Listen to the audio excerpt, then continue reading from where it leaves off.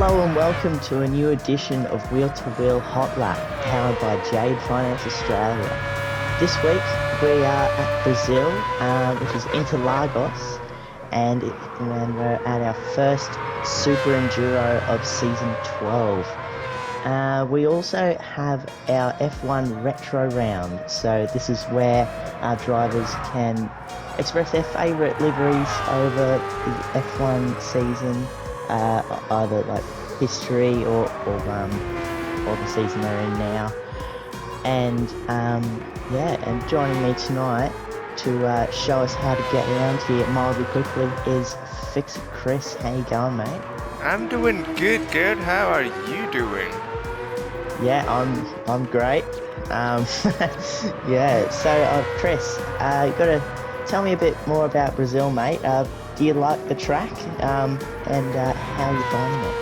I mean, Interlagos gotta be like one of my favorite tracks in the entire world. I'm sure it's also like up there among the viewers in their favorite track list. And in terms of drivability with the Mazda, it's actually pretty good. Also because the Mazda is pretty unique, being a front-engine rear-wheel drive car with some MR characteristics. But yeah, Interlagos, really good track. First Super Enduro. Let's make this interesting. Yeah, I can imagine that Mazda would be pretty good there at Interlagos, especially with those hairpins. It likes to turn in pretty well. But without further ado, Chris, show me how you get around it. Alright, let's do it. Alright, here we go, ladies and gentlemen. A lap around Interlagos with the Mazda RX Vision. So, coming into the first part of the Center S, turn 1, you want to brake between the 100 and the 50 meter board.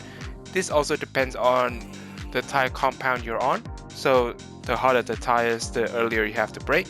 But if you're on fresh softs, you can actually brake as late as just before the 50 meter board. Down to second, short shift up to third at the apex, and then this is the best display of track limits in Gran Turismo or even in motorsport. So turn 2, you can actually have the outside tires on the curb and the inside tires on the AstroTurf. Just make sure to not have 4 tires beyond the curb, otherwise that'll be a track limit penalty. This looks ridiculous, but this is what you have to do in Gran Turismo to produce the best possible lap times. Through the left-hand sweeper, pretty easy flat out. Coming into turn 4, when you see the marshal pose or the 100 meter board, you can start braking. You can brake as late as this piece of road here. When you arrive at this piece of road, you brake. Down to third, bit of early turn in because it's a 90-degree left. Coming to the uphill right-hand sweeper, you want to brake just around here, maybe like 75 meters before the corner, and it's a trail braking corner. And be sure to be smooth with the steering input. Otherwise, if you have tailwind into this corner, the rear end will just give way. Stick it in high gear for stability, and then when you see these tire marks, I'm not sure what they're for. When you see this piece of tire mark here, that's your braking point for this corner. And then another piece of brilliant track limits: 2 wheels, outside wheels on the curb, inside wheels on this grass, and you won't get a penalty. Tap of brakes, short shift up to third for an easy flat out exit. Coming to Alex Albon corner, you want to start braking as soon as this curb here starts, and it's a late apex.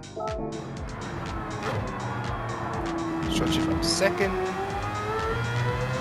Then for the Mazda at least, I short shift up to fourth for stability. can take it flat out if you time it right. Now into Istad Glock corner, you can actually have some tires on this grass bit. It's actually not grass if you look at this portion of the picture.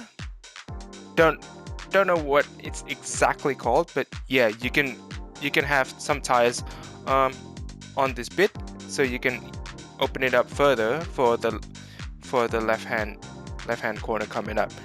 This is also a critical corner, because after this corner it's a flat out section to the finish line.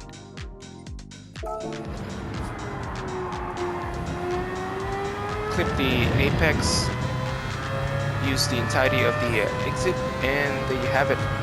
That's a lap around Interlagos. Oh, and one more point: to produce the fastest possible lap time, you want to stay to the left hand side of the track. Just like that. And that, ladies and gentlemen, is a lap around Interlagos. Thanks for jumping on board. Thanks, Chris. That was a brilliant lap, mate. Just wondering what you reckon would be the best strategy. I've seen people toying around with a million pit stops on soft tires, or going really long on hard tires. So, what would you reckon? I'm not sure. I haven't done a full simulation practice as of right now, but I've been hearing some rumors about like doing 2 stops even. That's achievable, but I think that the strategy of running softs constantly and just minimize hard tires, that can work as well.